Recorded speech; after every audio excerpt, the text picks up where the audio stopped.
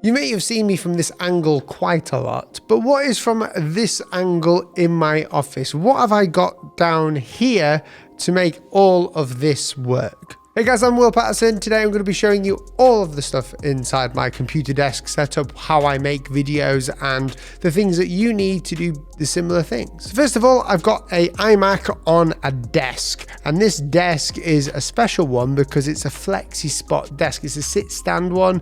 I rarely stand with it now, plainly because I forget, and I've just reminded myself it is a standing desk. But I've got my iMac, which is a fully spec'd out 2017 or 18, I can't remember the model of it. It's very fast. I'm wanting the new one when they have a pro version, and this is where it sits all the time, so you may not see it, but it's literally just right here outside of the picture frame there. So when I'm like doing tutorials, it's right here. The next thing you might see is my desk pad. This is just one that I bought off Amazon. I'll link it down below, but this is nice just to have a bit of contrast with the table. But also when I'm overhead filming, I can have my iPad on there when I'm drawing, and it looks better than brown. I prefer this sort of like nice gray pattern that it's got on there, and it's nice and felt and soft. Now, a lot of you guys have asked questions around my keyboard, like what keyboard is this? I've answered this in a few videos, but I thought, you know, if I'm doing a desk review or a desk setup video as a designer, it's important to show you. Now, keyboards, I've got a whole video coming out soon about them because I find them fascinating and important, and I've spent a horrendous amount of money on different keyboards, testing them out, seeing which one is the best. I'm all for mechanical keyboards. This is the An Pro 2 mechanical keyboard, and it's a 60% keyboard, which means that it doesn't have like a lot of the buttons you'd find on a normal keyboard. It's roughly the same size as the normal Apple Magic keyboard, which is what I like. It's white and it's got colors on it, like RGB. You can like have all the colors in there, and it looks really nice. It's got brown switches, and it works for Mac and PC, and you can redefine all the button layouts depending on whether you're a Mac or PC. And of course, it's wireless. It's a really cool actual device because I can connect it to my PC at home through Bluetooth, as well as I've got different profiles, so I can connect it to my Mac here, my iPad, and my iPhone without, you know, having to disconnect it. I just have to press like a couple of buttons and it will switch. As a designer, a keyboard is important, and I do a lot of writing as well with emails, and having a mechanical keyboard just gives you that, I don't know, it's like, it feels so much nicer. It's got brown switches, which I like because they're not too loud, although they might be quite loud in the office, and it's just got that nice feeling when you're typing.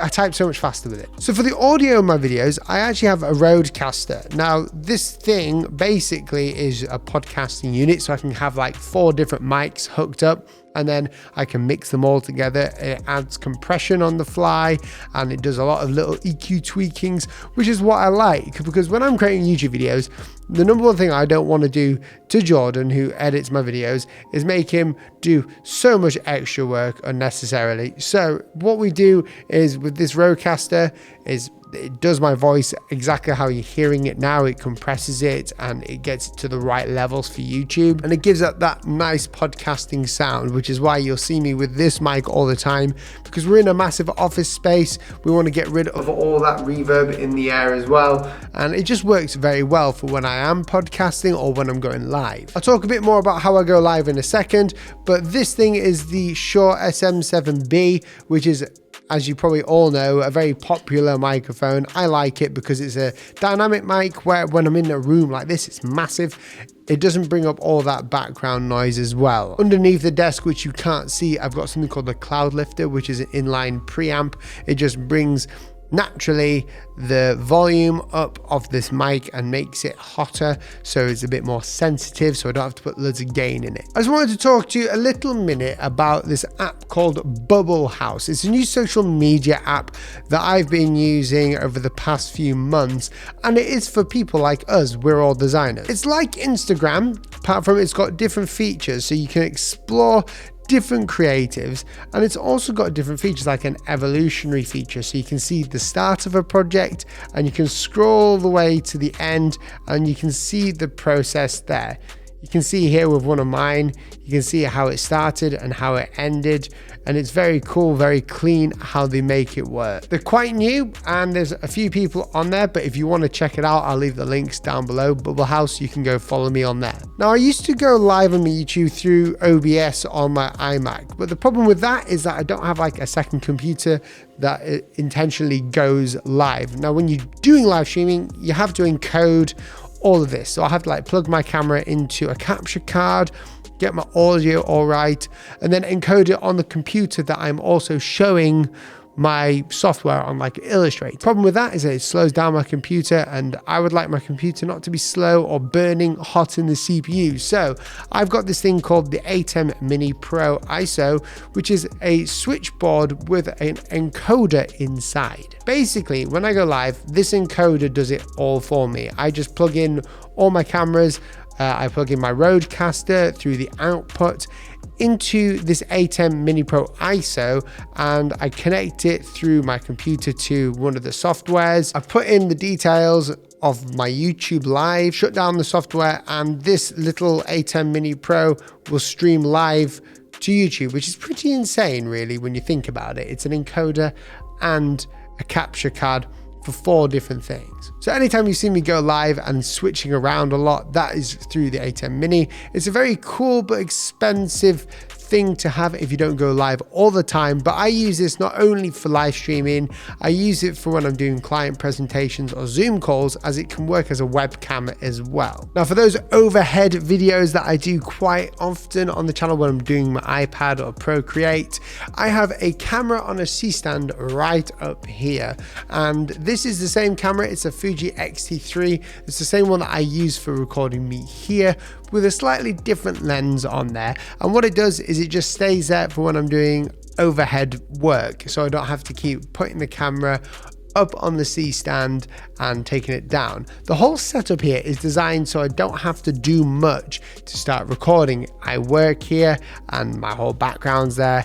Everything works in tandem for what I want it to do and to make it as efficient as possible when I'm recording. Behind me, you see this black pole. That's another C-stand for a light, and that's my backlight. What that does is it just makes me pop out from the background a little bit and provides a bit more light to around here. I've also got a mini light, which I probably haven't filmed, which is giving that blue essence in the background. That just separates me even more. But the main light, and the only light aside from obviously the windows outside, is the Aperture 120D. I think it's Mark II, with a huge softbox. It's a huge softbox that makes the light look massive, which is how I get this nice even lighting on me. And a little trick for anyone who wants to start recording on YouTube as well: if you've got light skin tone colors like myself, I look like a ghost, then having a black background always works better because it's easier to light yourself. Now, coming back down to desk level, I've got my AirPods down here, which is what I use when I'm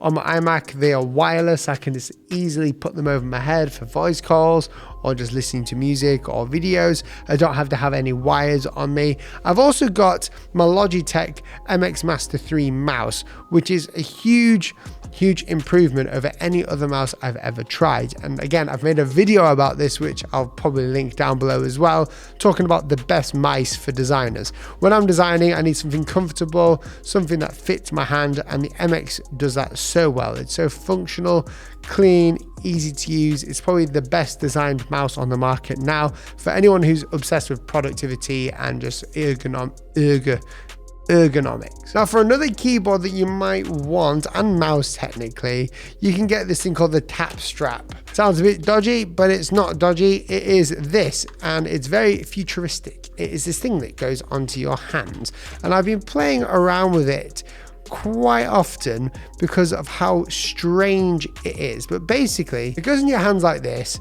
and you can connect it to your phone through an app. It's got Bluetooth in it, and it has like motion sensors in it, so I can like tap out through different gestures in my fingers, or I can point for a cursor.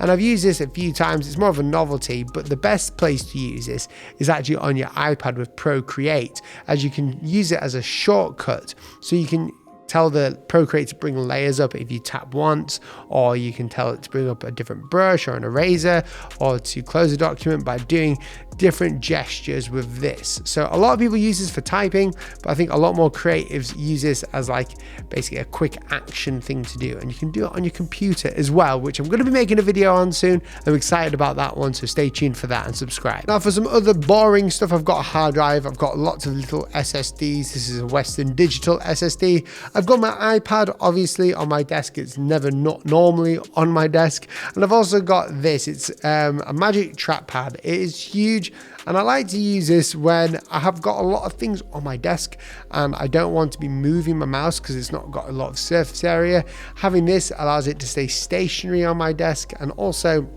it gives me new functions like, gestures. I can swipe up, swipe down to change certain things on my Mac. It's a huge trackpad. It's great if you do a lot of music producing as well, because generally speaking, your desk will be filled with keyboards and different music things. So if you don't want to be moving something around the desk but would rather just move on a trackpad, which is what a lot of people do, this is great for that too. Although it is very expensive at £150, which is probably like nearly $200. And lastly, you'll be probably seeing this lamp that's on my desk. It's not on my desk right now because I'm recording, and this lamp is the BenQ e-reading lamp. Now BenQ did send me this a few months ago because they wanted me to show you guys, but I've been using it on my desk as not a reading lamp, but just as sort of a balance filler. If I'm here, you can sort of see all the light is kind of pointed in my face, or there's light pointing directly down on me. What's good about this lamp is that when I'm on my computer, the lamp actually is curved. So when I'm sat here, it balances out the light around me when I'm looking at the monitor. So it can take the ambient light and see the temperature and everything, and it can match it all the way around. I've also used this light for filming and for when I'm drawing as well. Because of the way the light works, it's very diffused, although it doesn't look like it. And you can also change the color temperature and intensity. It's made for people who read, study, draw, do anything that requires sort of a desk, and it works perfectly for it, and it doesn't take up much room at all, and it looks minimalistic. I'll leave a link down below of where you can find out more about this e-reading lamp. It's really nice to have. I know a lot of other creatives, even you guys, will probably have one, but it's a very good investment to make if you have an issue with lighting for like drawing or when you're on your computer. So guys, there you have it. My hair gets crazier towards the end of the video, but thank you so much for watching. If you have enjoyed it and you want to see more videos to do with like my desk setup or just to do with design in general, please press that red subscribe button. There's another video right here for you to watch if you would like to watch it, and I will catch you in the next video. See you soon. Goodbye.